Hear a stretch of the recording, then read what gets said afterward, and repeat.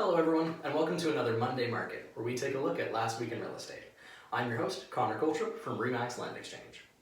Now, before we get too far in, I just wanted to take a moment to wish my mom and all mothers a very happy Mother's Day from yesterday. I know this weekend got pretty interesting, especially weather-wise, but hopefully the snow didn't put too much of a damper on what should have been a nice weekend. So, getting back to the video, let's look into South Bruce County, which includes the shoreline from Port Albert to Southampton, and then inland until we're just past Lucknow. We're going to be looking at the time period from May 4th until May 10th, and in that time we had 27 new listings, which we will definitely come back to. We also had 9 properties come back on the market, 9 properties decrease in their price. Just like last week, we had 1 price increase, and we also had 13 properties become sold pending their conditions. We also had 4 more properties become fully sold. We had 1 listing suspension, which means, like we've said before, that means they'll be back another time. And we had 3 properties be pulled from the market this week entirely. So that was a lot of numbers.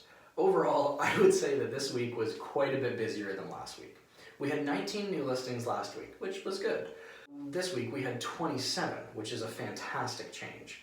Now, we did have fewer solds, but we also have to combine that with a steady amount of homes became conditional, and combine that with the high amount of properties that we saw come back on the market, 9. We are starting to see overall a general trend upwards like we would expect during the spring market, which means the market is opening back up and things are getting slightly back to normal. It's still going to take quite a while until we're back to true normality, but this is a good sign. So we are still slower than this time last year, where during this week we had 24 sold, 0 expired, 0 suspended, and 5 canceled. But last year's market was insanely busy by all standards. And just like I said, because we're still experiencing a pandemic, I would actually say these numbers are pretty darn good. I was happy to see them. So last week, I promised we were going to take a look into the Port Elgin, Saugeen Shores area. So let's get more into that. So looking at these numbers, Saugeen Shores has been a really interesting one to try to digest. Looking back at their March specifically, because we are still waiting on April's numbers, I will let you know when they're here. But looking at March specifically, they were down by about half, 49% from the year before, which doesn't sound good. But their overall year-to-date sales activity was still up 38%, which is huge. Combine that with their overall new listings are up 11%, and like I said last week, it's showing us a picture that buyers have a little bit more options than they did this time last year.